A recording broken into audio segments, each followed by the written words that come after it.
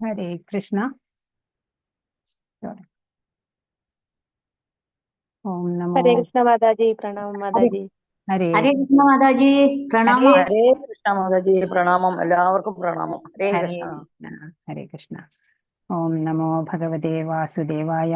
ओम अज्ञानतिमिरान्धस्य ज्ञानाञ्जनशलाकया चक्षुरुन्मीलितं येन तस्मै श्रीगुरवे नमः। हे कृष्णा करुणा सिंधो दीनबंधो जगत्पते गोपेश गोपिकाकान्त राधाकान्त नमोस्तुते। तप्त कांचन गौरांगी राधे वृंदावनेश्वरी वृषभानुसुते देवी प्रणमामि हरिप्रिये। नमो विष्णुपादाय कृष्णप्रेष्ठाय भूतले श्रीमते भक्तिवेदांत स्वामिन्निति नामिने। नमस्ते सारस्वते देवे गौरवाणी प्रचारिणे निर्विशेष शून्यवादी पाश्चात्य देशतारिणे। नमो विष्णुपादाय कृष्णप्रेष्ठाय भूतले श्रीमते जयपताका स्वामिन्निति नामिने।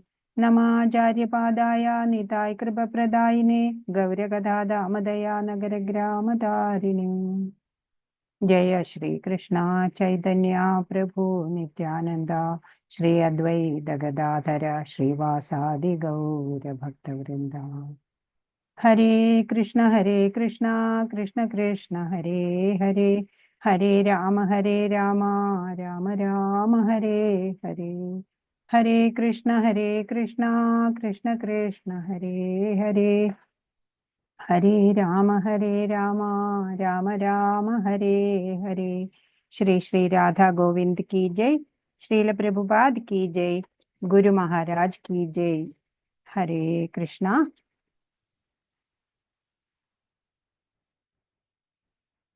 ഹരേ കൃഷ്ണ. എല്ലാവർക്കും സ്വാഗതം. നമ്മള് 6-ാം അധ്യായം കണ്ടു കഴിഞ്ഞു അല്ലെ.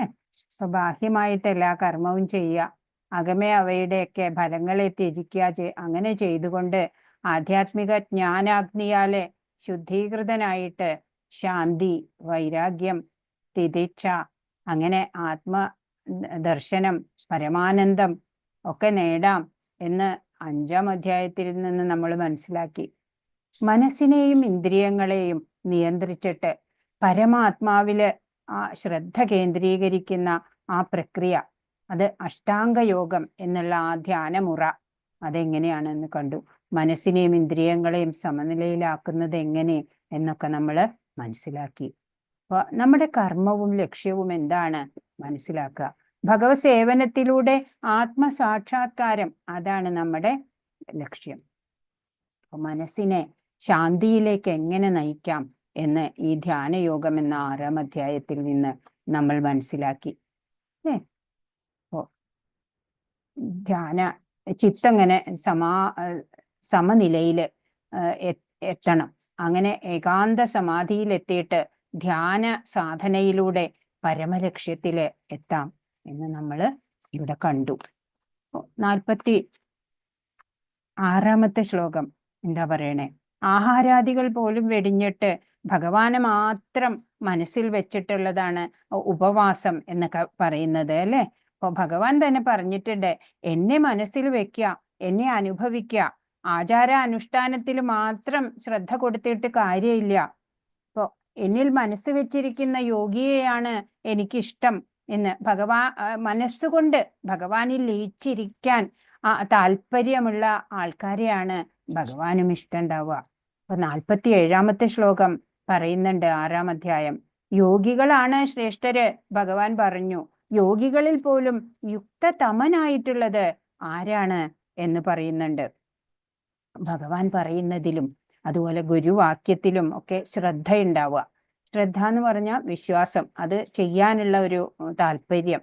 അങ്ങനെ ഭഗവാന് അങ്ങനെ ശ്രദ്ധയുള്ളവരെയാണ് ഭഗവാന് ഏറ്റവും പ്രിയപ്പെട്ടയാള്. അങ്ങനെ ആ ഭഗവാന് ഏറ്റവും പ്രിയപ്പെട്ട ഭഗവാനെ ഏറ്റവും പ്രിയപ്പെട്ടവനായി കണക്കാക്കുന്ന ആളെയാണ് ഭഗവാനും പ്രിയം. അങ്ങനെ ആ നിലയില് ഭഗവാനെ ഭജിക്കുന്ന ആളാണ് യുക്തതമനായിട്ടുള്ള യോഗി എന്നിവിടെ ഭഗവാൻ പറഞ്ഞു. ഏകാന്ത ധ്യാന പരിശീലനത്തിലൂടെ ആ ഭഗവാനിലേക്ക് മനസ്സ് ചേർത്ത് വയ്ക്കുക, അത് തന്നെയാണ് ഈ അധ്യായത്തിന്റെ ലക്ഷ്യമായിരുന്നത്. ഭൗതികതയിലെ ആഗ്രഹം ഒട്ടും ഉണ്ടാവാതെ എല്ലാം മനസ്സുകൊണ്ട് സന്യസിച്ചിട്ട് ഏകാഗ്രതയില് സാധനാമാർഗത്തിലൂടെ സർവത്ര സമദർശനം, അതാണ് യോഗാവസ്ഥ. ഈ ജന്മത്തിലൊന്നും അത്, ഒരു ജന്മം കൊണ്ടൊന്നും അത് സാധിച്ചേക്കില്ല. ഒരുപക്ഷെ ചിലവർക്ക് സാധിച്ചേക്കാം, അങ്ങനെ. എന്നാലും പല പല ജന്മങ്ങൾക്ക് ശേഷമെങ്കിലും സാധിച്ചേക്കാം. സാധന തുടർന്നു കൊണ്ടേയിരിക്കുക. ഏത് പരിതസ്ഥിതിയിലും ഹരേ കൃഷ്ണ മഹാമന്ത്ര ജപം. യോഗി ആവാൻ എന്തൊക്കെയാ ചെയ്യേണ്ടത്? ഒന്നാമത് നമുക്കൊരു പ്രാമാണിക ഗുരുവിന്റെ ആശ്രയം വേണം. 4 റെഗുലേറ്റീവ് പ്രിൻസിപ്പിൾസ് വേണം. ABCD ഫോർമുല പറഞ്ഞു, അത് അറിയണം. ഭഗവത്ഗീത, ശ്രീമദ് ഭാഗവതം, അതൊക്കെ പഠിക്കാൻ ശ്രമിക്കണം. അങ്ങനെ പെട്ടെന്ന് നമുക്ക് സഫലത കൈവരും. സുഖ, ശാന്തി, പ്രേമം എല്ലാം കിട്ടും. ജന്മ, മൃത്യു, ജരാവ്യാധി, ഇതിൽ നിന്നൊക്കെ മുക്തി കിട്ടും. അങ്ങനെ കർമ്മയോഗം എന്നുള്ള ആദ്യത്തെ ആ സെക്ഷൻ സമാപിച്ചു, അല്ലെ? 6 അധ്യായങ്ങള് കണ്ടു കഴിഞ്ഞു. ഇനി നമ്മൾ കാണാൻ പോകുന്നത് ജ്ഞാനവിജ്ഞാന യോഗം എന്നുള്ള 7ാമത്തെ അധ്യായമാണ്. അപ്പോ ഭക്തിയോഗമാണ് ഏറ്റവും ശ്രേഷ്ഠം എന്ന് ഭഗവാൻ പറഞ്ഞു. അപ്പൊ ഭഗവാന്റെ പ്രസന്നതയ്ക്കായിട്ട് എല്ലാം ചെയ്യാം. കർമ്മയോഗം എന്ന് പറയണത് ഓരോ ഇന്ദ്രിയങ്ങൾ വഴി ഭഗവാന് വേണ്ടി സേവ ചെയ്യുക. അങ്ങനെ വരുമ്പോ കർമ്മയോഗമായി അത്. ജ്ഞാനയോഗം എന്ന് പറഞ്ഞാല് മനസ്സുകൊണ്ട് ഭഗവാനായിക്കൊണ്ട് എല്ലാ കർമ്മവും ചെയ്യുക. ഭക്തിയോഗം എന്ന് പറഞ്ഞാൽ ജീവൻ, ആത്മാവ് ഭഗവാന് വേണ്ടി ചെയ്യുന്നതാണ് ഭക്തിയോഗം. ധ്യാനയോഗമോ ബുദ്ധി കൊണ്ട് ഭഗവാനായിക്കൊണ്ട് സേവ ചെയ്യുക, ബുദ്ധി കൊണ്ട്. അങ്ങനെ യോഗ പലതുണ്ട് പറഞ്ഞു. ഭക്തിയോഗ അതാണ് ഫൈനൽ സ്റ്റെപ്പ്, അല്ലേ? ഭഗവാനിലേക്ക് എത്താൻ. സർവവ്യാപിയും സർവശക്തനുമായിട്ടുള്ള ആ പരബ്രഹ്മത്തിനെ അനുഭവിച്ചറിയുകയാണ് ജീവിത ലക്ഷ്യം എന്ന് ഗുരു പറഞ്ഞു തരുന്നുണ്ട്. ആ ഗുരുവാക്യത്തിനെ വിശ്വസിച്ചിട്ട് സർവത്ര ആ ഭഗവാനെ, ഈശ്വരനെ ഭാവന ചെയ്തിട്ട് അനുഭവിക്കുക. ഈശ്വരനിൽ തന്നെ മനസ്സ് വെച്ചിരിക്കുന്ന ആ യോഗി ശ്രേഷ്ഠൻ, അയാളാണ്, അങ്ങനെയുള്ള ആളാണ് യോഗി ശ്രേഷ്ഠൻ എന്ന് പറഞ്ഞുകൊണ്ട് ധ്യാനയോഗം സമാപിക്കുകയാണ്. ഇനി എങ്ങനെയാണ് ഈ യോഗം സാധ്യമാകുന്നത്? അതിനാദ്യം വേണ്ടത് ജ്ഞാനമാണ്, അറിവ് വേണം, അല്ലെ? ജ്ഞാനമാണ്. ഈ പ്രപഞ്ചത്തിനെ കുറിച്ച് അറിയണം, ഈശ്വരനെ കുറിച്ചുള്ള ജ്ഞാനം വേണം. അതിൻ്റെ ആ ജ്ഞാനം നേടിയാൽ മാത്രം പോരാ, അതിനെ അനുഭവിച്ചറിയുക, അതാണ് വിജ്ഞാനം. അങ്ങനെ അറിവ് അനുഭവമാകുന്ന യോഗ സാധനയാണ് ഭഗവാൻ ഇവിടെ 7ാം അധ്യായത്തില് പറഞ്ഞു തരുന്നത്.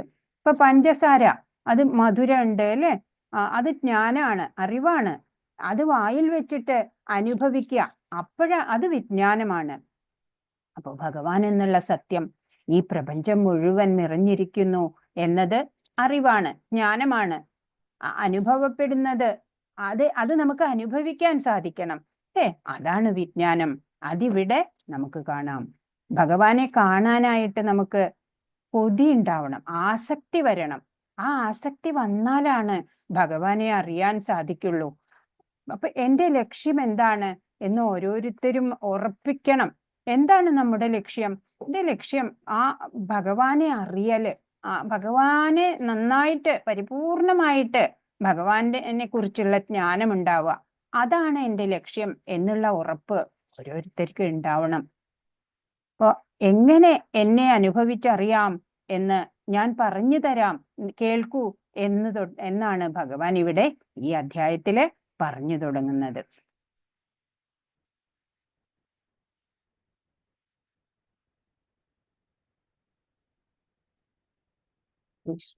ഗോവിന്ദ് കി ജയ്. 6ാം അധ്യായത്തിൽ നമ്മൾ കണ്ടത് 1 മുതൽ 4 വരെ ശ്ലോകങ്ങളില് നിസ്സംഗതയിലൂടെ യോഗയിൽ മുന്നേറുന്നു. 5 മുതൽ 9 വരെ യോഗാരൂഢനെ പറ്റി, നിസ്സംഗതയോടെ പ്രവർത്തിക്കല്. 10 മുതൽ 32 വരെ യോഗ പരിശീലനത്തിലെ ഘട്ടങ്ങൾ പറഞ്ഞു തന്നു. 33 മുതൽ 36 വരെ പ്രക്ഷുബ്ധമായ മനസ്സിനെ നിയന്ത്രിക്കേണ്ടതിന്റെ ആവശ്യകത പറഞ്ഞു. 37 മുതൽ 45 വരെ വിജയിക്കാത്ത യോഗിയുടെ ലക്ഷ്യസ്ഥാനം. 46ഉം 47ഉം അത്യുത്തമ യോഗിയെ കുറിച്ച് പറഞ്ഞു. 7ാം അധ്യായത്തില് 1 മുതൽ 3 വരെയുള്ള ശ്ലോകങ്ങളില് ശ്രവണം കൊണ്ട് ഭഗവാനെ പൂർണ്ണമായി അറിയാൻ കഴിയുന്നത് എങ്ങനെയെന്ന് പറയും. 4 മുതൽ 12 വരെ ഭഗവാൻ ശ്രീകൃഷ്ണനാണ് ആധ്യാത്മിക ശക്തിയും ഭൗതിക ശക്തിയുടെയും ഉറവിടം. അല്ലേ? ആധ്യാത്മിക ശക്തി ആയാലും ഭൗതിക ശക്തി ആയാലും ഉറവിടം ഭഗവാനാണ്. 13 മുതൽ 14 ത്രിഗുണങ്ങൾ നിയന്ത്രിക്കുന്നത് ഭഗവാൻ ശ്രീകൃഷ്ണനാണ്.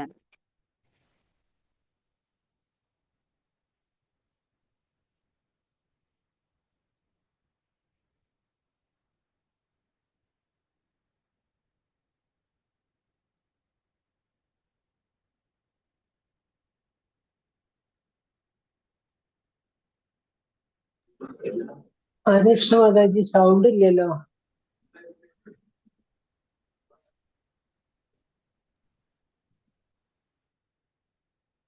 കേൾക്കാമോ? കേൾക്കാമോ? ഹരേ കൃഷ്ണ. ഇപ്പൊ കേൾക്കാം മാതാജി, കേൾക്കാം. ഹരേ കൃഷ്ണ. കേൾക്കുന്നുണ്ടായിരുന്നില്ല. അതെയോ? അത് അപ്പോഴേ ഇപ്പൊ പറയണം. പറയണം കേട്ടോ, എന്തെങ്കിലും പ്രശ്നമുണ്ടെങ്കിൽ. ഉം. അപ്പോഴ് 26 മുതൽ 30 വരെയുള്ള ശ്ലോകങ്ങളില് വ്യാമോഹിതരായ ജീവജാലങ്ങളും ഭഗവത് ജ്ഞാനം കൊണ്ട് ലഭിക്കാവുന്ന മുക്തിയും, അങ്ങനെയാണ് 7ാമത്തെ അധ്യായത്തിന്റെ വിഭാഗങ്ങള് 6 വിഭാഗമായിട്ട്. 6 വിഭാഗം കേട്ടതേ ഇല്ല. അശോ, ഒന്നും കൂടെ പറയണോ? വേണം മാതാജി. 1 മുതൽ 3 വരെയുള്ള ശ്ലോകങ്ങള് ശ്രവണം കൊണ്ട് ഭഗവാനെ പൂർണ്ണമായി അറിയാൻ കഴിയുന്നത് എങ്ങനെയെന്ന് വിവരിക്കുന്നു. 4 മുതൽ 12 വരെ ശ്ലോകം ഭഗവാൻ ശ്രീകൃഷ്ണനാണ് ആധ്യാത്മിക ശക്തിയും ഭൗതിക ശക്തിയുടെയും ഉറവിടം. 13 മുതൽ 13ഉം 14ഉം ശ്ലോകങ്ങള് ത്രിഗുണങ്ങൾ നിയന്ത്രിക്കുന്നത് ഭഗവാനാണ്, അതുകൊണ്ട് സ്വയം സമർപ്പിക്കുക. 15 മുതൽ 19 വരെയുള്ള ശ്ലോകങ്ങള് ദുഷ്കൃതർ ജ്ഞാനത്തിന്റെ അഭാവത്താൽ ഭഗവാനിൽ സമർപ്പിക്കുന്നില്ല, സുകൃതികളോ ജ്ഞാനം വികസിപ്പിച്ച് ഭഗവാനിൽ സ്വയം സമർപ്പിക്കുന്നു. 20 മുതൽ 25 വരെയുള്ള ശ്ലോകങ്ങള് അജ്ഞാനികളായ മറ്റുള്ളവർ ദേവന്മാരിൽ ശരണം പ്രാപിക്കുന്നവരും അവ്യക്തിഗതവാദികളും. 26 മുതൽ 30 വരെ വ്യാമോഹിതരായ ജീവജാലങ്ങളും ഭഗവത് ജ്ഞാനം കൊണ്ട് ലഭിക്കാവുന്ന മുക്തിയും. ഹരേ കൃഷ്ണ.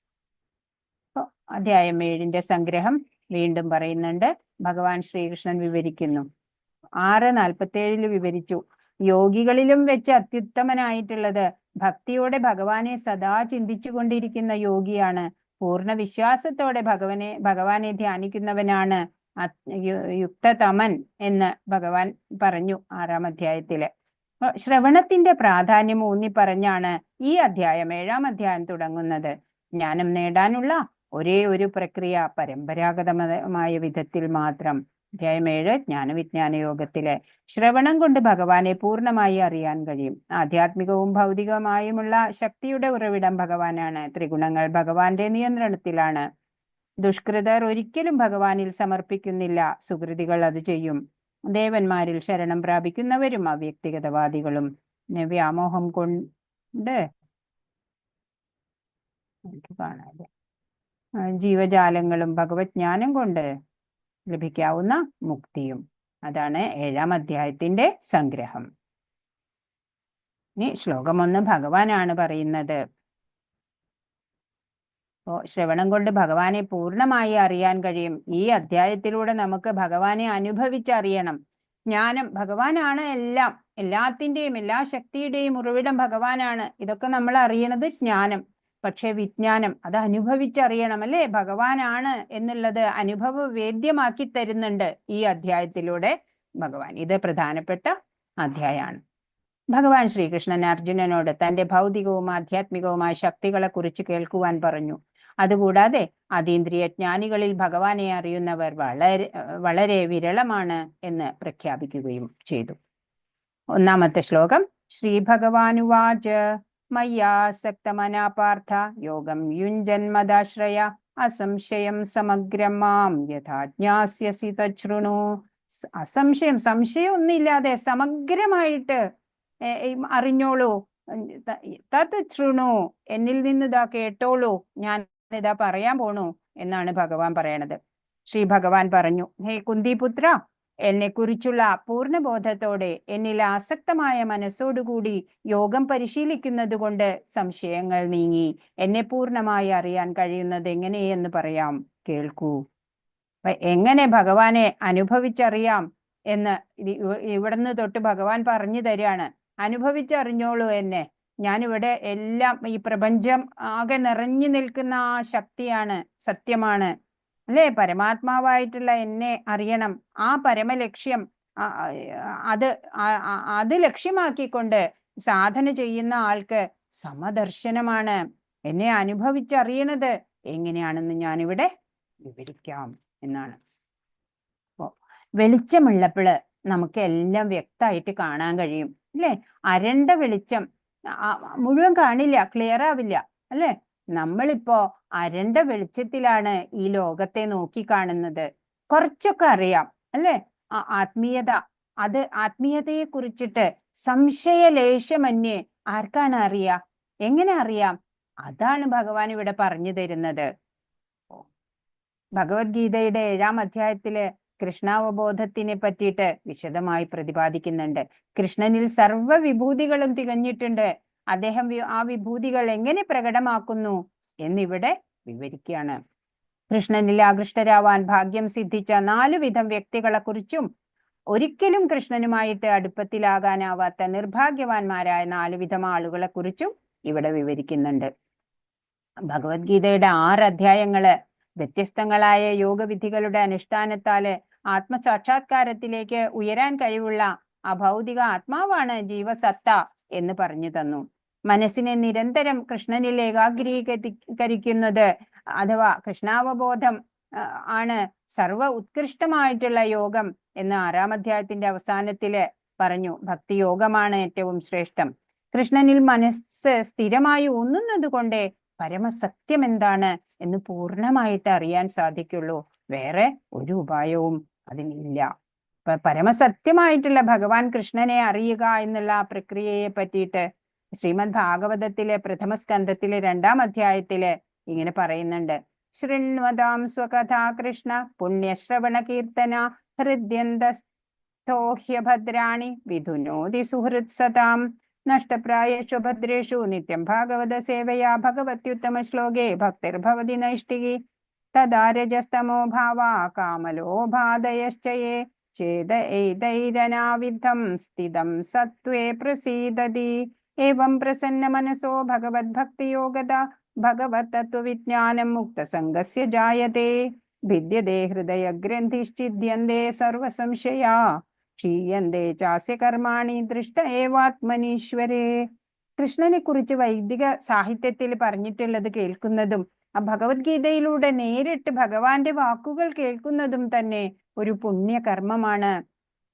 എല്ലാവരുടെയും ഹൃദയത്തിൽ കുടികൊള്ളുന്ന ഭഗവാൻ കൃഷ്ണൻ തന്റെ കഥകൾ കേൾക്കുന്നവർക്ക് ഹിതകാരിയായ സുഹൃത്തിനെ പോലെ പ്രവർത്തിക്കുകയും നിരന്തരം കൃഷ്ണ കഥാശ്രവണത്തിൽ ഏർപ്പെടുന്ന ആ ഭക്തനെ പവിത്രീകരിക്കുകയും ചെയ്യുന്നു. അങ്ങനെ തന്നിൽ ഉറങ്ങിക്കിടന്നിരുന്ന അതീന്ദ്രിയ ജ്ഞാനം ഭക്തനിൽ തനിയെ വളർന്നു വരും. ഭാഗവതത്തിലൂടെയും ഭക്തന്മാരിലൂടെയും എത്രത്തോളം കൃഷ്ണനെ പറ്റി കേൾക്കുന്നുവോ അത്രത്തോളം ഭക്തന് ഭഗവത് സേവൻ നിഷ്ഠ കൂടും.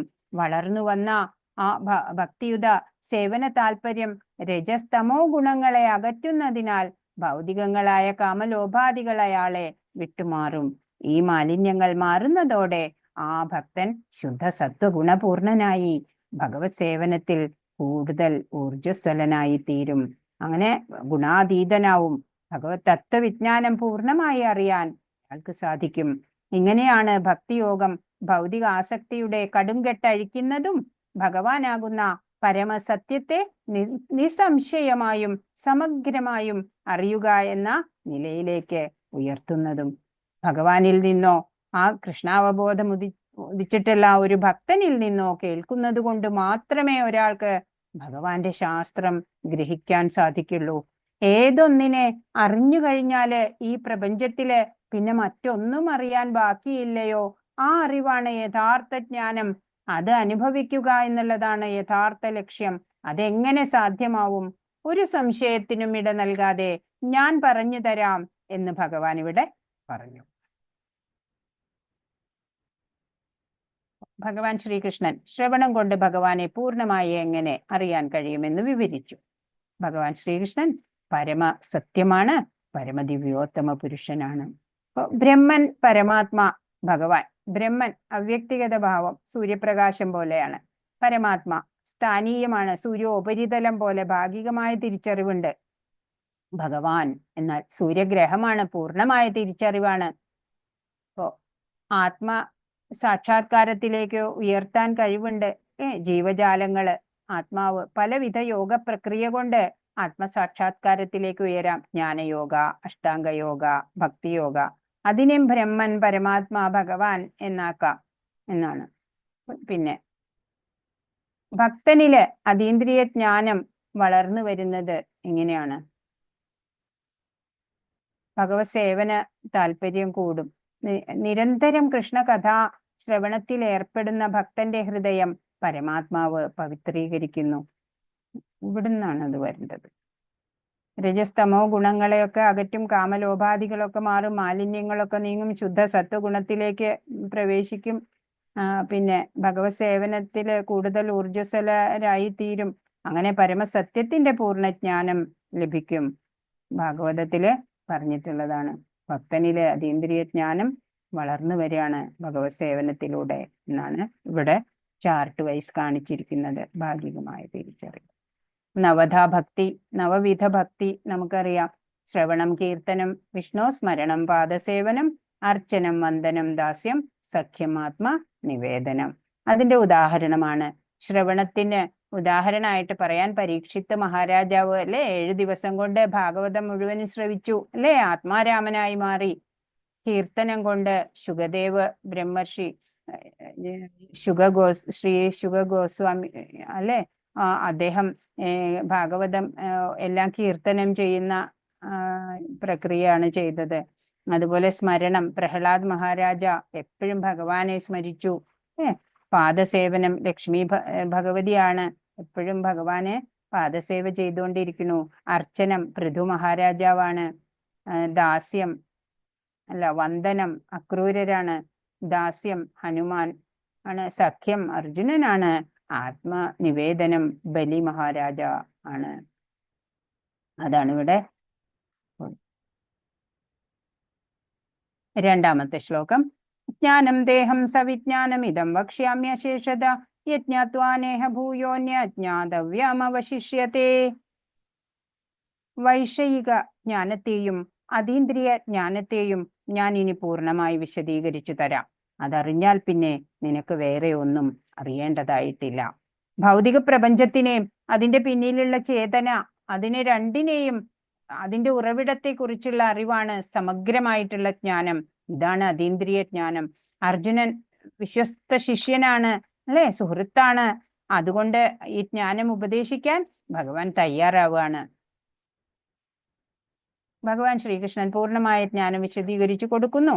അതായത് വൈഷയിക ജ്ഞാനവും അതീന്ദ്രിയ ജ്ഞാനവും. വൈഷയികം ഇന്ദ്രിയങ്ങളാൽ നേടിയ അല്ലെങ്കിൽ മനസ്സിലാക്കിയ ജ്ഞാനമാണ് വൈഷയികം എന്ന് പറഞ്ഞാൽ. ജ്ഞാനം ഭൗതിക ജ്ഞാനം. നമ്മുടെ ഇന്ദ്രിയങ്ങൾക്ക് ദൃശ്യമാകുന്ന വിധത്തിൽ വസ്തുവിനെ കാണുന്നത് കൃഷ്ണനിൽ നിന്ന് വിച്ഛേദിക്കപ്പെട്ടത്, അത് അതീന്ദ്രിയം ജ്ഞാനം. ആത്മാവിനെ കുറിച്ചുള്ള അറിവ് ഇന്ദ്രിയങ്ങളിലൂടെ നേടിയതല്ല, വസ്തുവിന്റെ യഥാരൂപം ഇന്ദ്രിയങ്ങളാൽ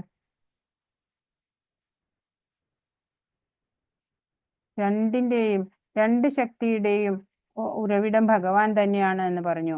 നിയന്താവ് ഭഗവാൻ ശ്രീകൃഷ്ണനാണ്. സർവകാരണങ്ങൾക്ക് കാരണം, എല്ലാത്തരം അറിവിന്റെയും ഉറവിടം, വിവിധ യോഗാനുഷ്ഠാനങ്ങളുടെ ഏക ലക്ഷ്യം ഭഗവാൻ ശ്രീകൃഷ്ണൻ അർജുനന് വിവരിച്ചു കൊടുക്കുന്നു. ഭക്തനും മിത്രവുമായതുകൊണ്ട് ഏതൊരു അറിവ്, സമഗ്രമായ ജ്ഞാനം അറിഞ്ഞാൽ പിന്നെ നിനക്ക് വേറെ ഒന്നും അറിയേണ്ടതായിട്ടില്ലല്ലോ. അതാണ് പൂർണ്ണമായിട്ടുള്ള തത്വങ്ങൾ അടങ്ങിയ ജ്ഞാനം.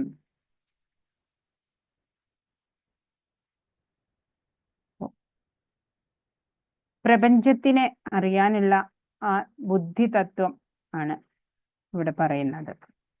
ആയിരക്കണക്കിന് ഒരാൾക്ക് മാത്രമാണ് ആത്മീയതയിൽ താല്പര്യം ഉണ്ടാവുള്ളൂ എന്നാണ്. മൂന്നാമത്തെ ശ്ലോകം. മനുഷ്യാണാം സഹസ്രേഷു കശ്ചിദ് യദതി സിദ്ധയേ യദതാമഭിസിദ്ധാനാം കശ്ചിൻ മാം വേത്തി തത്വത. ആയിരക്കണക്കിന് ആളുകളിൽ ചിലപ്പോൾ ഒരാൾ പൂർണ്ണത നേടാൻ ഉദ്യമിച്ചേക്കാം. അങ്ങനെ പൂർണ്ണത നേടിയവരിലും ഒന്നിലേറെ പേർ എന്നെ തികച്ചും അറിയുന്നതുമില്ല. മാരത്തൺ ഓട്ടം പോലെയാണ്. ഓടാൻ തുടങ്ങുമ്പോൾ നൂറുകണക്കിന് ആയിരക്കണക്കിന് പേരുണ്ടാവും അല്ലേ? പക്ഷെ ഫിനിഷിംഗ് പോയിന്റ് എത്തുമ്പോഴേ വിരലിൽ എണ്ണാവുന്നവരെ കാണൂ. അതേപോലെയാണ് ഭഗവാന്റെ മായാശക്തി. അത് പ്രബലാണ്.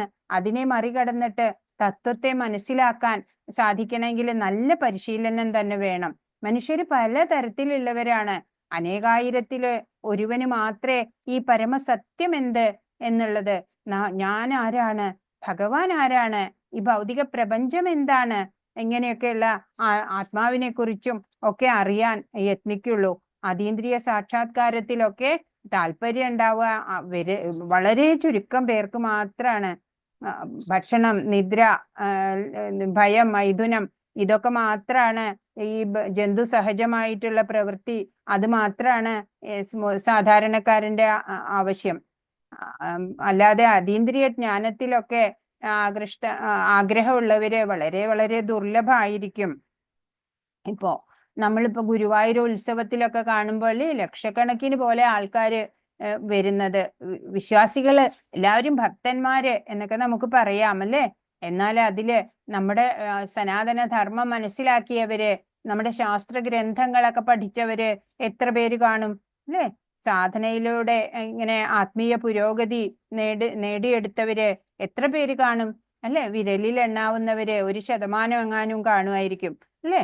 അങ്ങനെ എല്ലാവരെയും നമ്മൾ ഭക്തർ എന്നുള്ള ആ തലത്തിലേക്ക് പറയാൻ സാധിക്കില്ല. ആദ്യ കാലങ്ങളിൽ എന്ത് വേണം? ഭഗവത് കഥകളിലൂടെ അങ്ങനെ നമുക്ക് ഭഗവാനിലേക്ക് രുചി വരണം. പിന്നീട് നമുക്ക് താത്വികമായിട്ട് മനസ്സിലാക്കാൻ ശ്രമിക്കണം. ഇങ്ങനെയാണ് കൊച്ചുകുട്ടികൾക്കൊക്കെ അല്ലേ ഭക്ഷണം കഴിക്കാന് ഇല്ല കഥകളൊക്കെ അമ്മമാര് പറഞ്ഞു കൊടുക്കും അല്ലെ? ആ കഥകള് എന്തിനുള്ളതാണ്, എങ്ങനെ, അങ്ങനെ ചോദ്യം ചോദിച്ചാൽ ഒന്നും ഉണ്ടാവില്ല. പക്ഷെ ആ കഥകളിൽ മുഴുകിയിരിക്കുമ്പോ വായിലൂടെ ഭക്ഷണം വെച്ചു കൊടുത്ത് അങ്ങനെ കഴിപ്പിക്കാനുള്ള ഒരു സൂത്രം. അതുപോലെയാണ് ഭഗവാനെ കുറിച്ചുള്ള കഥകളൊക്കെ കേട്ട് നമ്മുടെ ആ ചിത്ത ശുദ്ധി വന്ന് നമുക്ക് ഭഗവാനെ അറിയാനുള്ള ഒരു രുചി വരണം. ആദ്യം അങ്ങനെയാണ് ചെയ്യേണ്ടത്.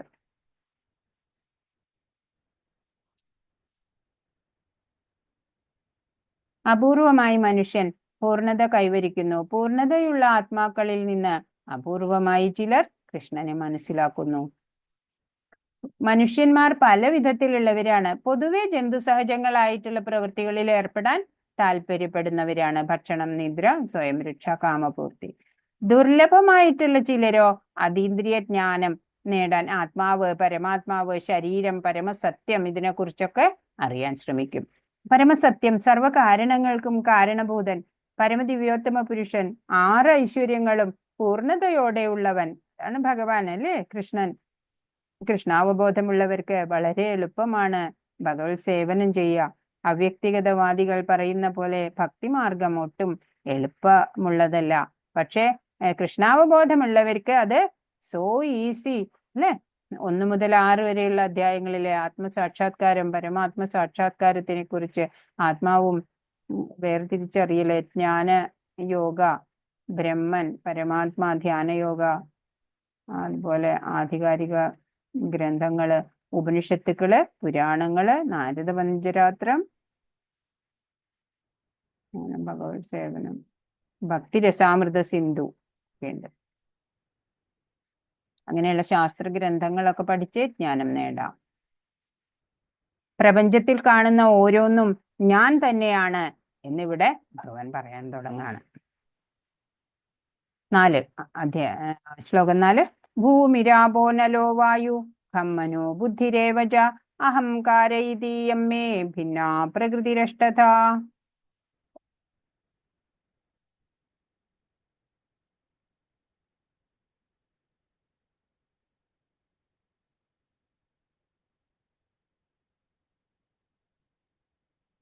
നമ്മൾ എന്താ ചെയ്യണ്ടേ?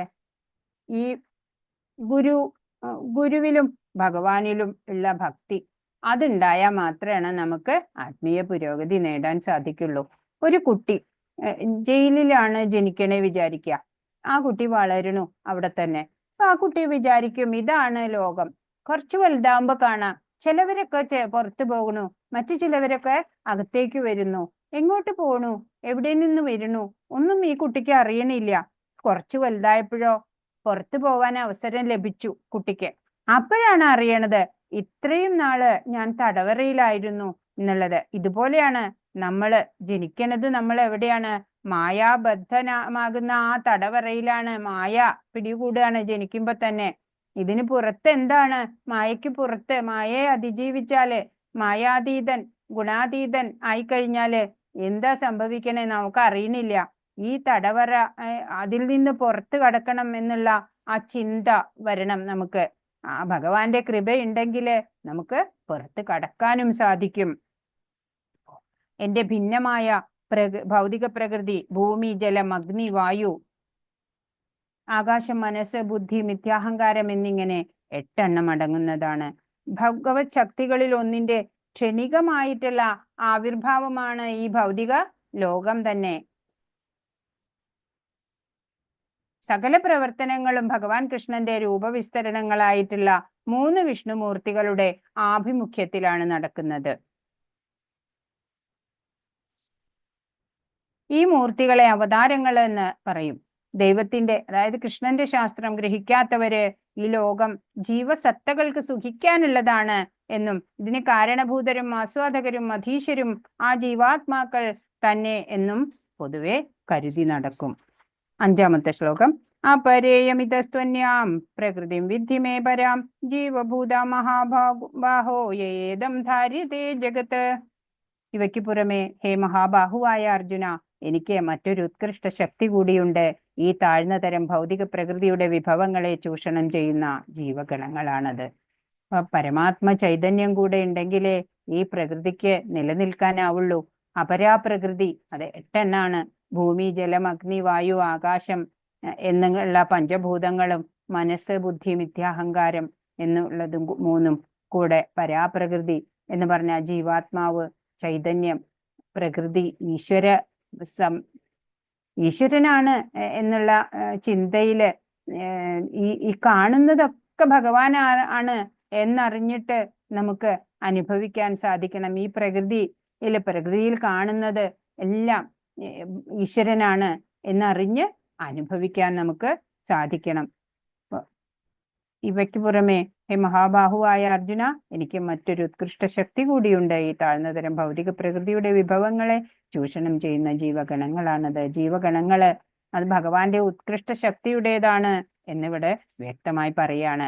ഭൂമി, ജലം, അഗ്നി, വായു, ആകാശം, പിന്നെ മനസ്സ്, ബുദ്ധി, മിഥ്യാഹങ്കാരം ഇവകളൊക്കെ ആയിട്ട് പ്രകടമാവുന്ന ദ്രവ്യങ്ങളാണ് താഴ്ന്നതരം ശക്തി. സ്ഥൂല പദാർത്ഥം ഭൂമി ആദിയായതും സൂക്ഷ്മ പദാർത്ഥമാണ് മനസ്സ് ആദിയായവ. താഴ്ന്നതരം ഭൗതിക ശക്തിയുടെ ഉൽപ്പന്നങ്ങളാണ്. തടാകത്തിലെ ഒരു ജലം ഓളങ്ങളായിട്ട് വരും അല്ലെ, വീണ്ടും നിശ്ചയ അവസ്ഥയിലേക്ക് മാറും. അതുപോലെ ഈ പ്രപഞ്ചവും സത്വരജസ്തമോ ഗുണങ്ങള് ഒക്കെ അതിലെ കടന്നു വരും. നിശ്ചലാവസ്ഥയിലെ എല്ലാം ഒരേപോലെ ഉണ്ടാവും, ഏറ്റക്കുറച്ചിലൊന്നും ഉണ്ടാവില്ല.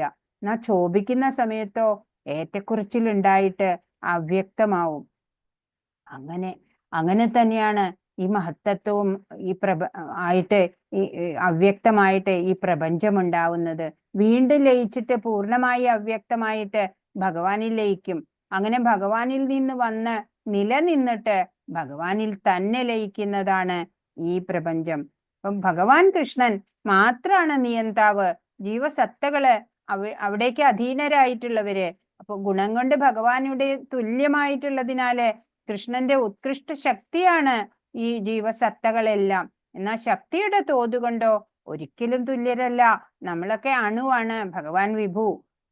സ്ഥൂലവും സൂക്ഷ്മവുമായിട്ടുള്ള താഴ്ന്നതരം ഭഗവത് ശക്തിയെ ഉത്കൃഷ്ട ശക്തി ചൂഷണം ചെയ്യവേ തന്റെ യഥാർത്ഥ ആധ്യാത്മിക മനോബുദ്ധികള് മറന്നുപോവാണ്. അങ്ങനെ ജീവസത്തകളിലുള്ള ആ ഭൗതിക പദാർത്ഥങ്ങളുടെ സ്വാധീനം കൊണ്ട് ഈ മറവി ഉണ്ടാവും. അങ്ങനെ മായാശക്തിയുടെ പ്രഭാവത്തിൽ നിന്ന് ആ മോചനം നേടാൻ ജീവന് സാധിക്കണം. അപ്പൊ മോക്ഷം പ്രാപിക്കാൻ സാധിക്കും. അതിനെന്താ ചെയ്യണ്ടേ? ഭഗവാനിൽ ശരണാഗതി ചെയ്യണം. 6-ാമത്തെ ശ്ലോകം. ഏതദ്യോനീനി ഭൂതാനി സർവാണി ഇത്യുപധാരയ അഹം കൃഷ്ണസ്യ ജഗത പ്രഭവ പ്രളയസ്തഥാ. സൃഷ്ടിയിലെ എല്ലാറ്റിന്റെയും ഉറവിടം ഈ രണ്ട് ശക്തികളാണ്. ആധ്യാത്മികവും ഭൗതികവുമായ ഇവിടെയുള്ള എല്ലാറ്റിന്റെയും ഉദ്ഭവവും വിനാശവും ഞാൻ തന്നെയെന്ന് നിശ്ചയമായും അറിയുക. ഒരു ഭക്തനെ സംബന്ധിച്ച് എന്താണ് ഭഗവാൻ എന്താണോ പറയുന്നത് അതാണ് സത്യം, അതാണ് ശ്രദ്ധ, അല്ലെ? ഭഗവാനില് ആ പറയുന്ന ആളിലുള്ള വിശ്വാസം, ശ്രദ്ധ. ഭഗവാൻ പറയുന്നതാണ് ഒരു ഭക്തനെ സംബന്ധിച്ച് സത്യം. ഈ പ്രപഞ്ചം ഭഗവാനിൽ നിന്ന് ഉണ്ടായി നിലനിന്ന് ഭഗവാനിൽ തന്നെ ലയിക്കുന്നു, അല്ലെ? അപ്പൊ നമുക്ക് ശ്രദ്ധ വേണം. ഭഗവാന് പറയുന്നുണ്ട്, അത് പിന്നെ ആ ശ്രദ്ധ, വിശ്വാസം അത് അനുഭവമാക്കണം നമുക്ക്. പരാപ്രകൃതി അപരാപ്രകൃതി ഇത് രണ്ടും കൂടെയാണ് പ്രപഞ്ചം ഉണ്ടായിട്ടുള്ളത്. അപ്പൊ പ്രപഞ്ച രൂപത്തില് ഈ കാണുന്നതൊക്കെ ഈശ്വരനെയാണ്, അല്ലെ? ഭഗവാൻ ചരാചരാത്മാവാണ്. ചരങ്ങളും അചരങ്ങളുമായിട്ടുള്ള എന്റെ ആത്മാവ് ഭഗവാനാണ്. ഭഗവാൻ ചരാചരാത്മാ. ഭഗവാനിൽ നിന്നാണ് ഈ പ്രപഞ്ചം ഉണ്ടായതും ലയിക്കുന്നതും. അപ്പൊ ഭഗവാനല്ലാതെ മറ്റൊന്നുമില്ല ഇവിടെ എന്നിവിടെ സാക്ഷ്യപ്പെടുത്താണ്. ഈ കാണുന്നതെല്ലാം ചേതനയുടെയും പദാർത്ഥത്തിന്റെയും ഉത്പന്നങ്ങളാണ്. ചേതനയാണ് സൃഷ്ടിയുടെ അടിസ്ഥാന മണ്ഡലം, പദാർത്ഥം ചേതനയുടെ സൃഷ്ടിയാണ്. അപ്പോ ഭഗവാനാണ് എല്ലാത്തിന്റെയും മൂല കാരണം എന്ന് ഭഗവാൻ വീണ്ടും പറഞ്ഞു തരാണ്. ഭൂമി, ജലം, അഗ്നി, വായു, ആകാശം, പിന്നെ മനസ്സ്, ബുദ്ധി, മിഥ്യാഹങ്കാരം. അങ്ങനെ സൂക്ഷ്മ ശക്തികളും സ്ഥൂല ശക്തികളും, ഭിന്നമായ ഭൗതിക പ്രകൃതി. കൃഷ്ണന്റെ പൂർണ്ണ രൂപവിസ്തരണമായിട്ട് പ്രപഞ്ച സൃഷ്ടിക്ക് വേണ്ടിയിട്ട് 3 പുരുഷാവതാരങ്ങള്. മഹാവിഷ്ണു, കാരണോദകശായി വിഷ്ണു, മഹത്തത്വം എന്നുള്ള സമഗ്ര പ്രപഞ്ച ശക്തിയെ സൃഷ്ടിക്കുന്നു. അതുപോലെ ഗർഭോദകശായി വിഷ്ണു ഓരോ പ്രപഞ്ചത്തിനും വൈവിധ്യം നൽകിക്കൊണ്ട് അവയിലെല്ലാം ഉൾപ്പോകുന്നു. പിന്നെ ക്ഷീരോദകശായി വിഷ്ണു പരമാത്മാവായിട്ട് നിലനിർത്തി എല്ലാ അണുവിലും പ്രവേശിക്കുന്നു. അങ്ങനെ 3 പുരുഷാവതാരങ്ങളാണ് ഈ കൃഷ്ണനിൽ നിന്നുള്ള പൂർണ്ണ രൂപവിസ്തരണമായിട്ട് പറയുന്നത്. ഇവിടെ എന്താണ് പറയണത്?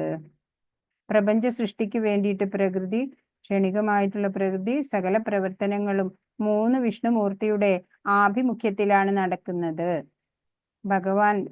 ഭഗവാന്റെ ഭിന്നശക്തികൾ അത്രേ ഭൗതിക പ്രപഞ്ചത്തിന്റെ ഘടകങ്ങള്. സൂക്ഷ്മ ഘടകങ്ങളാണ് മനസ്സ്, ബുദ്ധി, അഹങ്കാരം. പഞ്ചഭൂതങ്ങള് ഭൂമി, ജലം, അഗ്നി, വായു, ആകാശം.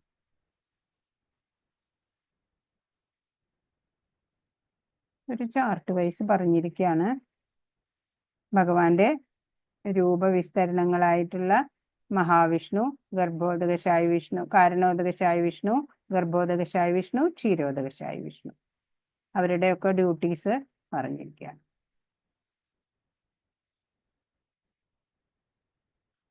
താഴ്ന്ന ശക്തി കൂടാതെ കൃഷ്ണന്റെ ഉയർന്ന ശക്തി ജീവഗണങ്ങളാണ്. കൃഷ്ണന്റെ ശക്തി ഉത്ഭവത്തിന്റെയും വിനാശത്തിന്റെയും ഉറവിടം ഭഗവാൻ തന്നെയാണ്. അന്തരംഗ ശക്തി, തടസ്ഥ ശക്തി, ബഹിരംഗ ശക്തി, അങ്ങനെയുണ്ട്. ഭഗവാന്റെ അന്തരംഗ ശക്തി എന്ന് പറയുന്നത് ക്ലാദിനി ശക്തിയാണ്.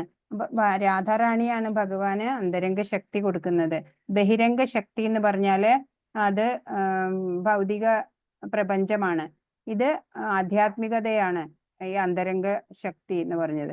ഈ തടസ്ഥ ശക്തി എന്ന് പറയണത് തട്ട്, നദീതട്ട്, സമുദ്രതട്ട് എന്നൊക്കെ നമ്മൾ കേട്ടിട്ടില്ലേ?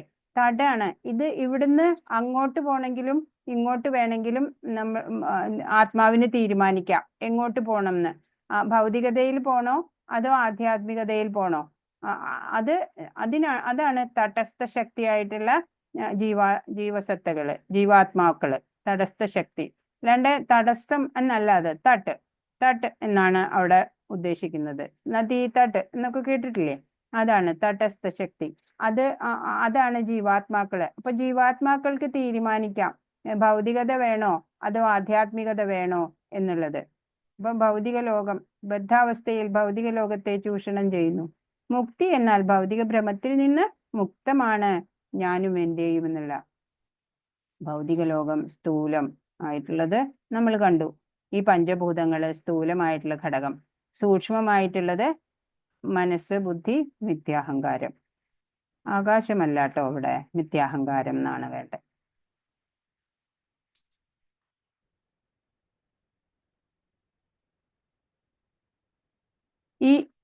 ഈ ഒരു ശ്ലോകം, 7-ാമത്തെ ശ്ലോകം എപ്പോഴും മനനം ചെയ്യേണ്ട ഒരു ശ്ലോകമാണ്.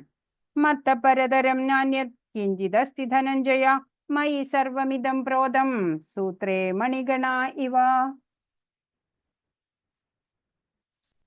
ഹേ ധനഞ്ജയ, എന്നേക്കാൾ ശ്രേഷ്ഠമായൊരു സത്യമില്ല. മുത്തുകൾ നൂലിന്മേൽ എന്ന പോലെ സർവവും എന്നിൽ ഇണക്കി കോർക്കപ്പെട്ടിരിക്കുന്നു.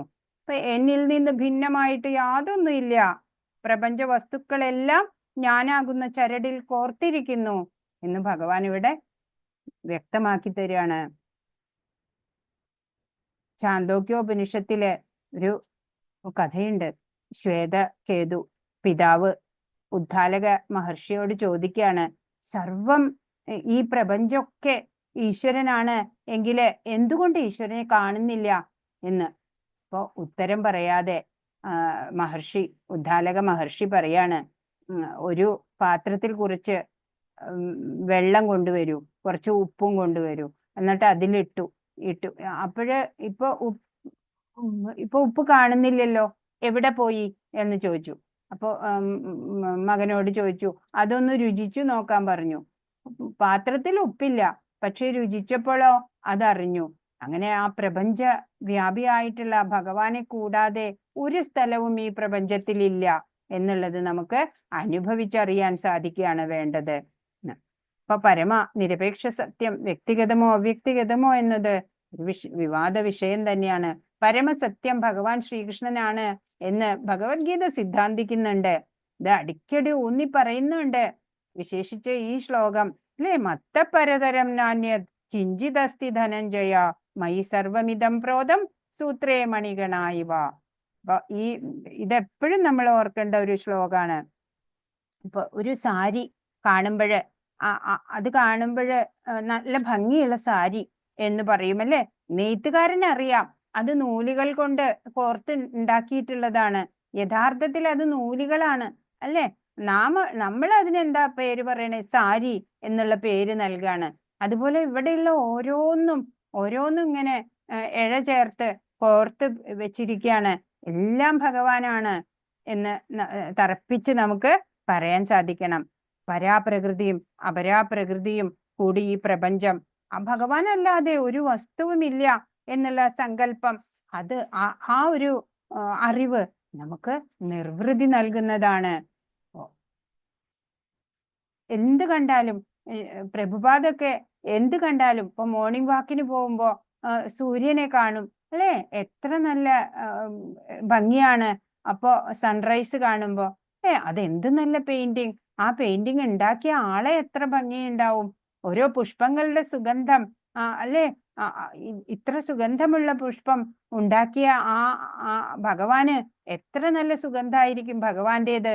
അങ്ങനെ ഓരോന്നും ഭഗവാനെ ദർശിക്കാൻ സാധിക്കണം.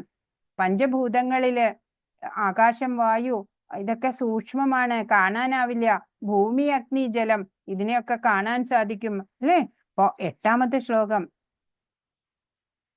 പറയാണ്, രസോഹമപ്സു കൗന്ദേയ പ്രഭാസ്മി ശശി സൂര്യയോ പ്രണവ സർവവേദേഷു ശബ്ദഖേ പൗരുഷം ദൃഷു.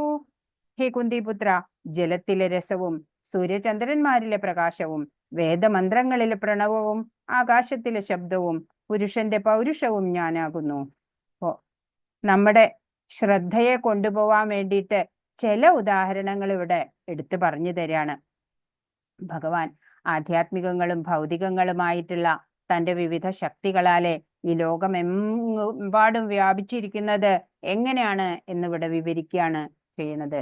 ഭഗവാനെ അറിയണം എന്നുള്ള ആ വിവേകം, അതാണ് പൗരുഷം, അതും ഭഗവാനാണ് എന്നാണ്. അപ്പോ എല്ലാം വ്യത്യസ്ത ശക്തികളിലൂടെയാണ് പരമപുരുഷൻ പ്രത്യക്ഷമാകുന്നത്. അങ്ങനെ ഭഗവാനെ അവ്യക്തിഗതമായിട്ട് അറിയാൻ സാധിക്കും. ഒരു സൂര്യദേവൻ എന്ന് പറഞ്ഞ ഒരു വ്യക്തിയായിട്ട് തന്റെ സർവ്വവ്യാപക ശക്തിയായിട്ടുള്ള പ്രകാശാണ് അല്ലെ. ആ പ്രകാശത്തിലൂടെ പ്രത്യക്ഷനാകുന്നുണ്ട് സൂര്യദേവൻ. അതുപോലെ ഭഗവാനും ശാശ്വതമായിട്ടുള്ള തന്റെ ധാമത്തിൽ ഇരിക്കുകയാണ്.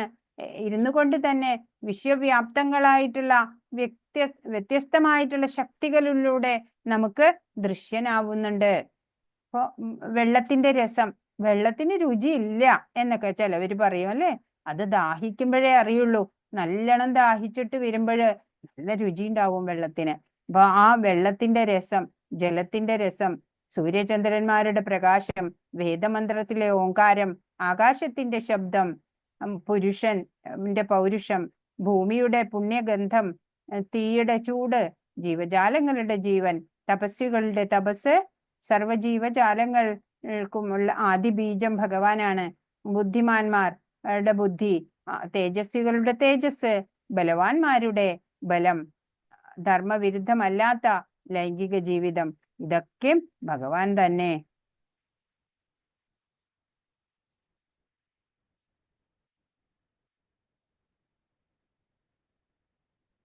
മറ്റു ചില ഉദാഹരണങ്ങളാണ്. 9ാമത്തെ ശ്ലോകം. പുണ്യോ ഗന്ധ പൃഥിവ്യാം ച തേജശ്ചാസ്മി വിഭാവസൗ ജീവനം സർവഭൂതേഷു തപശ്ചാസ്മി തപസ്യുഷു. ഭൂമിയിൽ പുണ്യഗന്ധമായിട്ടും തീയിലെ ചൂടായിട്ടും ജീവജാലങ്ങളിലെല്ലാം ജീവനായും തപസ്സുകളിൽ തപസ്സായും കുടികൊള്ളുന്നത് ഞാൻ തന്നെ. 10. ബീജം മാം സർവഭൂതാനാം വിദ്ധി പാർത്ഥ സനാതനം ബുദ്ധിർബുദ്ധിമതാമസ്മി തേജസ്വിനാമഹം. സർവജീവജാലങ്ങളുടെയും ആദിബീജം ഞാനാണെന്ന് നീ അറിയണം. ബുദ്ധിമാന്മാരുടെ ബുദ്ധിയും ശക്തിയും തേജസ്വികളുടെ തേജസ്സും ഞാൻ തന്നെ. ഛാന്തോക്യോപനിഷത്തിലെ ഉദ്ദാല മഹർഷിയോട് മകൻ ശ്വേതകേതു ചോദിച്ചു, ആശ്രമമുറ്റത്ത് പടർന്നു പന്തലിച്ചിട്ടുള്ള ആൽമരത്തിന്റെ ഒരു കായ പറിച്ചു കൊണ്ടുവരാൻ ആവശ്യപ്പെട്ടാണ്. ഭഗവാനെ കുറിച്ചിട്ടുള്ള സംശയങ്ങൾ ചോദിക്കുകയാണ് അല്ലെ. മകൻ ഉദ്ദാലക മഹർഷിയോട് ചോദിക്കുകയാണ്. അപ്പൊ പറഞ്ഞു, ആൽമരത്തിന്റെ കായ കൊണ്ടുവരാൻ പറഞ്ഞു. അത് പിളർക്കാൻ പറഞ്ഞു. അതിനകത്ത് എന്താണ് എന്ന് ചോദിച്ചു. കുറെ തരികൾ കാണുന്നു. അപ്പൊ തരിയുടെ അകത്ത് എന്താണ് എന്ന് ചോദിക്കാണ്. അപ്പൊ ഒന്നും കാണുന്നില്ല. അപ്പൊ ഈ ഒന്നും ഇല്ലാത്ത ആ ശൂന്യതയിൽ നിന്നാണ് ഈ കാണുന്ന പടർന്നു പന്തലിച്ച ആൽമരം ഉണ്ടായതെന്ന് വിശ്വസിക്കാനാവുമോ എന്ന് മഹർഷി മകനോട് ചോദിക്കാണ്. അപ്പോ ഈ പ്രപഞ്ചം ഭഗവാനിൽ നിന്നുണ്ടായി പലർക്കും അല്ലാതെ വരും അല്ലെ. എല്ലാ ജീവജാലങ്ങളുടെയും സനാതനമായിട്ടുള്ള ആദി കാരണമായിട്ടുള്ള ബീജം ഞാനാണ് എന്ന് ഭഗവാൻ പറഞ്ഞു.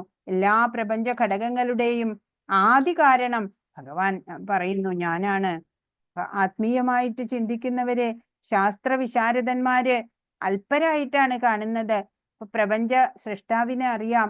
ഓരോ ഘട്ടത്തിലും ലോകരഹസ്യങ്ങളെ വെളിവാക്കി കിട്ടാൻ ഭഗവാൻ അവരുടെ ബുദ്ധിയായിട്ട് മാറും. അങ്ങനെ അവർക്ക് പറഞ്ഞു കൊടുക്കും. നമ്മുടെ ഋഷീശ്വരന്മാര് അങ്ങനെ കണ്ടെത്തിയ അറിവാണ് എല്ലാം വേദങ്ങളിലും എല്ലാം കൊടുത്തി. മത്തപരതരം നാന്യത് കിഞ്ചിത് അസ്തി ധനഞ്ജയ. അതെപ്പോഴും നമ്മൾ ഓർക്കണം. ശാസ്ത്രവാദികളുടെ സൂക്ഷ്മ ബുദ്ധിയായിട്ട് ഇരിക്കണത് ആരാണ്? അതും ഭഗവാൻ തന്നെയാണ്. പ്രപഞ്ച രഹസ്യം വെളിപ്പെടുത്തി കൊടുക്കുന്നതും ഭഗവാൻ തന്നെയാണ്.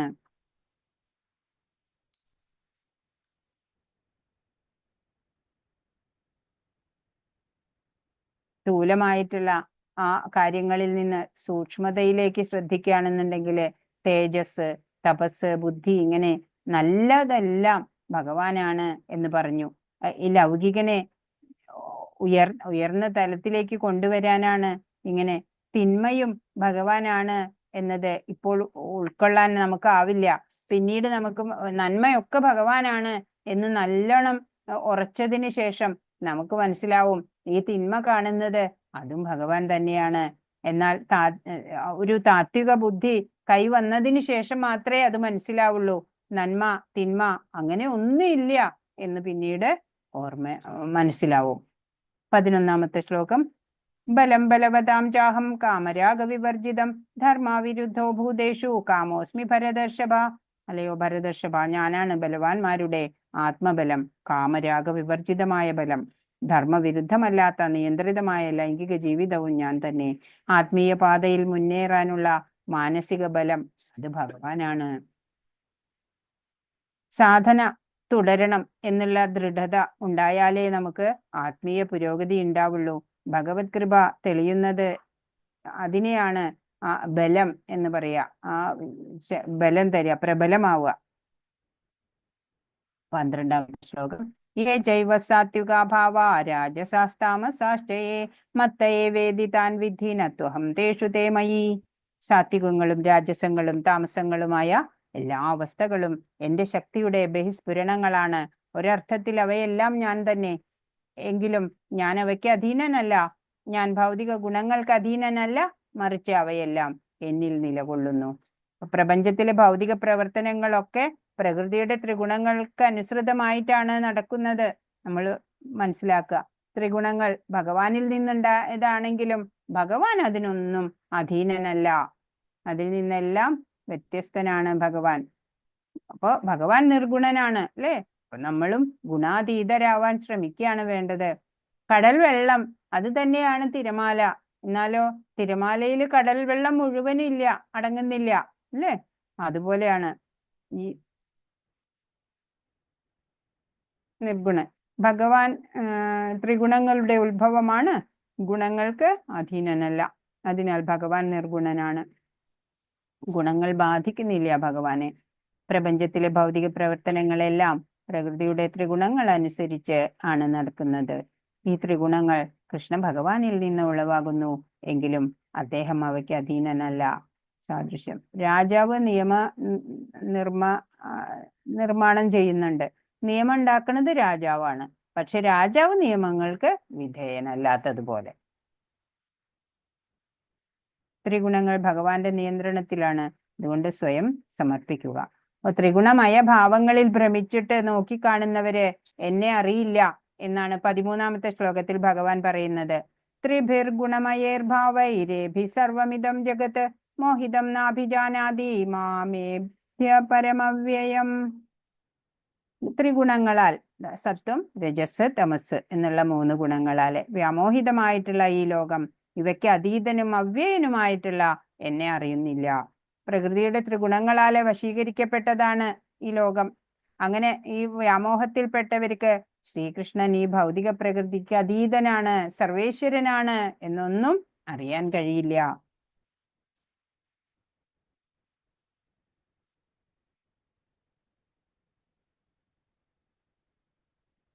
മായയെ തരണം ചെയ്യാൻ പ്രയാസമാണ്, എന്നാൽ അതിനൊരു മാർഗമുണ്ട് എന്നാണ് 14ാമത്തെ ശ്ലോകം പറയുന്നത്. ദേവി ഹേഷ ഗുണമയീ മമ മായാ ദുരത്യയ മാമേവയെ പ്രപദ്യന്തേ മായാമേതാം തരന്തി തേ. 3 പ്രകൃതി ഗുണങ്ങളടങ്ങിയ എന്റെ ശക്തിയെ, ദിവ്യശക്തിയെ അതിജീവിക്കുക എളുപ്പമല്ല. എന്നാൽ എനിക്കായി സ്വയം സമർപ്പിക്കുന്നവർക്ക് അത് നിഷ്പ്രയാസം സാധിക്കും. ഇപ്പോ ഭഗവാന്റെ സംഘത്തിൽ നിന്ന് വിട്ടുപോകുന്ന ജീവാത്മാക്കളാണ് മായയ്ക്ക് അടിമപ്പെടുന്നത്. ഇപ്പോ അടുത്ത വീട്ടിലെ നായ നമ്മൾ ചെല്ലുമ്പോ കുരച്ചിട്ട് ബഹളം ഉണ്ടാക്കൂ അല്ലേ.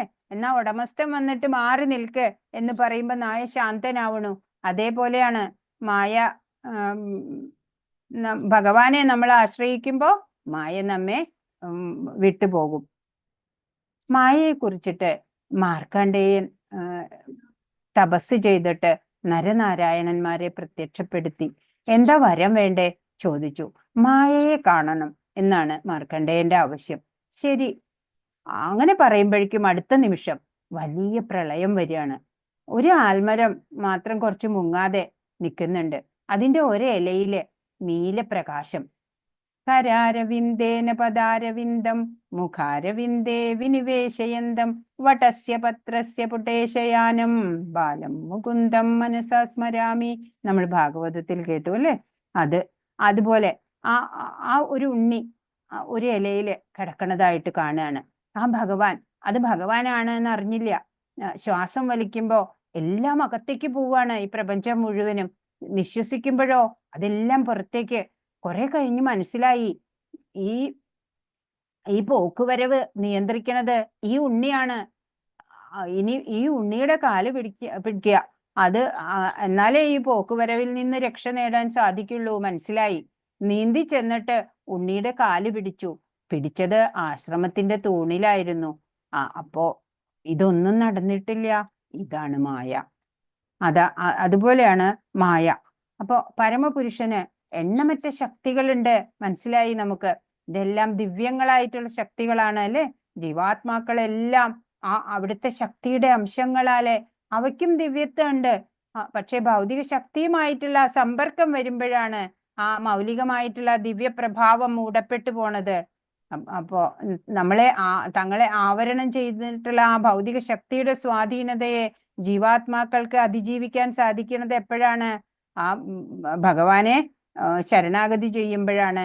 ഭഗവാനില് നമ്മള് ആശ്രയിക്കണം ഭഗവാനെ. അപ്പോഴാണ് നമുക്ക് മായാം തു പ്രകൃതിം വിദ്വാൻ മായിനം തു മഹീശ്വരം എന്നാണ്. മായ എന്ന് പറയുന്നത് അസത്യമാണ്, ക്ഷണികമാണ്.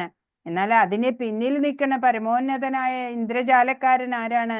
സർവനിയന്താവും സർവേശ്വരനുമായിട്ടുള്ള ഭഗവാനാണ്. ഈശ്വരനെ അറിയണം എന്നുള്ള തോന്നല് എല്ലാവർക്കും ഉണ്ടാവില്ല എന്നാണ് ഇവിടെ പറയുന്നത് 15ാമത്തെ ശ്ലോകത്തില്. 14ാമത്തെ ശ്ലോകത്തില് ഗുണങ്ങളിൽ നിന്ന് എങ്ങനെ സ്വതന്ത്രമാകാമെന്ന് കൃഷ്ണൻ വിശദീകരിച്ചു. മായയുടെ പിടിയാൽ ബന്ധിക്കപ്പെട്ടിരിക്കുന്നു, നിത്യബദ്ധരാണ്, മറികടക്കാൻ വളരെ ബുദ്ധിമുട്ടാണ്. ഭഗവാനാൽ നിയന്ത്രിക്കപ്പെട്ടതിനാല് ദിവ്യശക്തി, ദൈവിക ബന്ധവും ദൈവിക ഇച്ഛാശക്തിയുടെ ചലനവും കാരണം ഭൗതിക ശക്തിയെ അങ്ങനെ വിളിക്കുന്നു. മായാം തു. അങ്ങനെ ഗുണം എന്ന വാക്കിന് കയർ എന്നും ഒരർത്ഥമുണ്ട്. കൃഷ്ണനെ പ്രതിനിധീകരിക്കുന്ന വിശ്വാസിനായ ഗുരുവിനോ മാത്രമേ മോചിപ്പിക്കാൻ കഴിയൂ. ഭക്തിപൂർവമായ സേവനം കൊണ്ട് മോചനം നേടാം. പിതൃവാത്സല്യത്താൽ മായാധീശനായ ഭഗവാൻ ബന്ധനമുക്തി ഏകുന്നു. ഭഗവാനെ ആശ്രയിച്ചാൽ മതി, മായാതീതനാവാം, നമുക്ക് ഗുണാതീതരാവാം അല്ലെ. ഭഗവാനെ ആശ്രയിക്കണം, മായയുടെ പിടിയിൽ നിന്ന് മോചനം നേടൂ. മാമേവയെ പ്രപദ്യന്തേ മായാമേതാം തരന്തിതേ. കൃഷ്ണനിൽ മാത്രം സ്വയം സമർപ്പിക്കുക. വിഷ്ണു മാത്രമാണ് മായയ്ക്ക് അധിപൻ. നമ്മൾ ചെയ്യേണ്ടത് ഭഗവാനില് സ്വയം സമർപ്പണം ചെയ്യുക. ഈശ്വരനെ അറിയണമെന്നുള്ള തോന്നല് എല്ലാവർക്കും ഉണ്ടാവില്ല.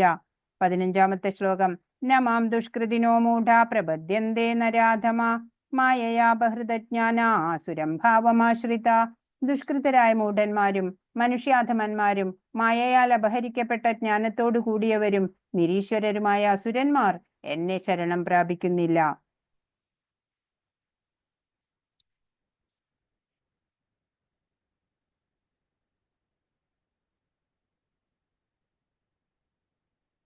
ദുഷ്കൃതർ എന്ന് പറഞ്ഞാല് മൂഢന്മാര് ഭാരം ചുമക്കുന്ന കഴുതയെ പോലെയാണ്. അവർക്ക് അറിയണില്ല, ഇത്ര ഈസിയാണ് അല്ലെ ഭഗവാനെ ആശ്രയിച്ചു കഴിഞ്ഞാല് മായയെ തരണം ചെയ്യാം, ഗുണങ്ങളെ തരണം ചെയ്യാം ഒക്കെ. അപ്പോ മനുഷ്യന്മാരിൽ ഏറ്റവും താണവര് നരാധമന്മാരെന്ന് പറയും. ഭഗവത് വ്യക്തിത്വത്തിനോട് ഈർഷ്യയുള്ള നിരീശ്വരവാദികൾ തികച്ചും നാസ്തികരാണ്. ആസുരം ഭാവം ആശ്രിത എന്നാണ്. മായികമായ ഭൗതിക ശക്തിയാൽ അവരുടെ ആർജിത ജ്ഞാനമെല്ലാം നഷ്ടപ്പെട്ടിരിക്കുന്നു. മായയാപഹൃതജ്ഞാന. ദുഷ്കൃതരാണ് ഇവരൊക്കെ, ദുഷ്കർമ്മം ചെയ്യുന്നവരാണ്, തെറ്റായ വിധത്തിലാണ് അവരുടെ ബുദ്ധി ഉപയോഗിക്കുന്നത്. 4 തരത്തിലുള്ള മൂഢാത്മാക്കളാണ് ഇവിടെ കൊടുത്തിരിക്കുന്നത്. കഴുത എത്ര ഭാരാണ് ചുമക്കേണ്ടി വരുന്നത് അല്ലെ. കുറച്ച് പുല്ല് കിട്ടാൻ വേണ്ടി മാത്രാണ് അല്ലെ. ഭാരം ചുമന്നില്ലെങ്കിലും അതിന് പുല്ല് കിട്ടും, പക്ഷെ അറിഞ്ഞുകൂടാ. പിന്നെ കഠിനമായിട്ട് ഉള്ള തപസ്യ അനുഷ്ഠിക്കുന്നു. ഇത് ജഗായ് മതായ് എന്ന് പറഞ്ഞ ദുശീലമൊക്കെ ഉള്ള ആൾക്കാരെ മഹാപ്രഭുവും നിത്യാനന്ദ പ്രഭുവും, ചൈതന്യ മഹാപ്രഭുവും നിത്യാനന്ദ പ്രഭുവും അവരെ ഭക്തരാക്കി മാറ്റാണ് ചെയ്യുന്നത്. ഹരികൃഷ്ണ. അപ്പൊ നമ്മള് ഓരോന്ന് കാണുമ്പോഴും ഭഗവാനെ ഓർക്കണം. ജലം ഭഗവാനാണ് അല്ലെ. ജലത്തിന്റെ രുചി, അതുപോലെ ഭൂമിയുടെ ഗന്ധം എല്ലാം ഭഗവാനെ ഓർമ്മ വരണം. അതൊക്കെയും കാണുമ്പോ നമുക്ക് ആകാശത്തിന്റെ ശബ്ദം കേൾക്കുമ്പോ ഭഗവാനായിട്ട് തോന്നണം.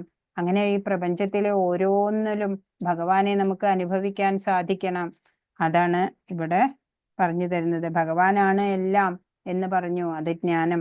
ആ ജ്ഞാനത്തിനെ വിജ്ഞാനമാക്കി മാറ്റുക.